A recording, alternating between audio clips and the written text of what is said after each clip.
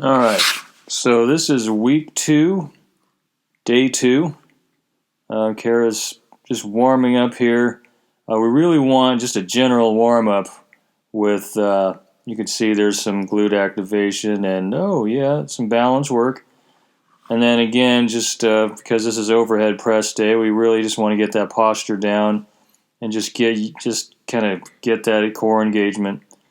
And now we're going to the overhead press. Where she's using a really light resistance tube here, really just working on posture. I had the hip circle around her ankles to see if that helped her knees from caving in a little bit. I can see now I probably should have just asked her to put it around the outside of her knees. But her form looks really good here. She did, I think, a set of 5. Again, we were just working up because what I really want her to do is going to be in this next sequence, which is the Viking press. What I like about this is a slightly angled shoulder press. It's a little bit easier to do. The way my rack straps are set up, you can only put 1 bar down.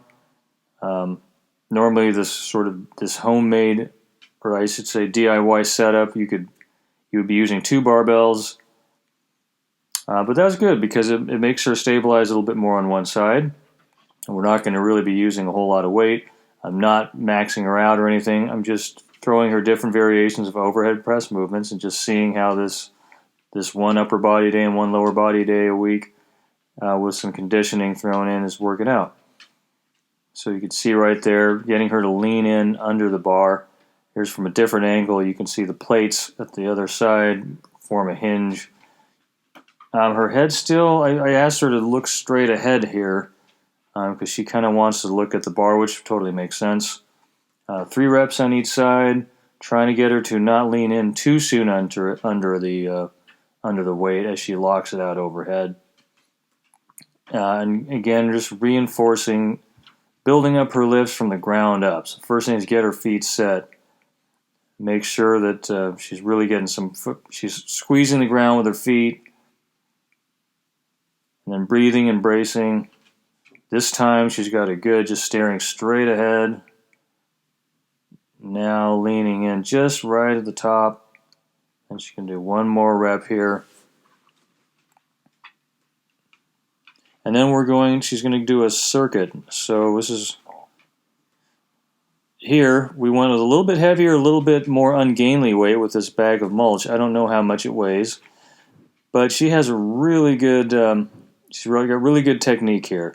She pulled the slack out of the bag, deadlifts it past her knees, then drops her hips to it, and then look how she shoots her butt back, and now look at that triple extension and the way she caught it. I think she caught it because she got a little more speed in there than maybe she thought she would.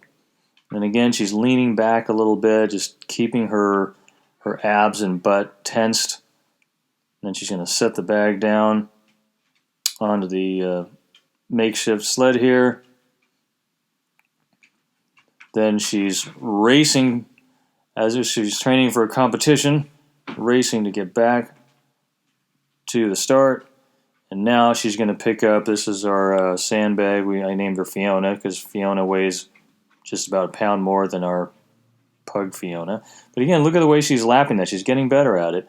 Now she's holding onto the bag as if she's going to raise it to her shoulder, which isn't necessary when you're carrying, but I didn't point that out to her. And that's, I think, partly why her left shoulder gets more elevated than the right.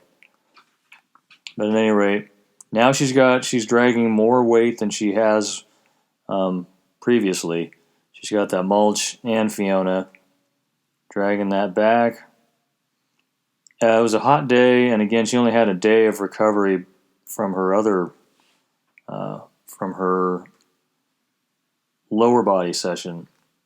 So that, and we're pressed for time, so we just did the 1 overhead press and then the circuit. So that was day 2. Things seem to be going really, really well. She's getting better and better at that, at picking up objects, odd objects, getting them into her lap, and then driving your hips into it. And that's today.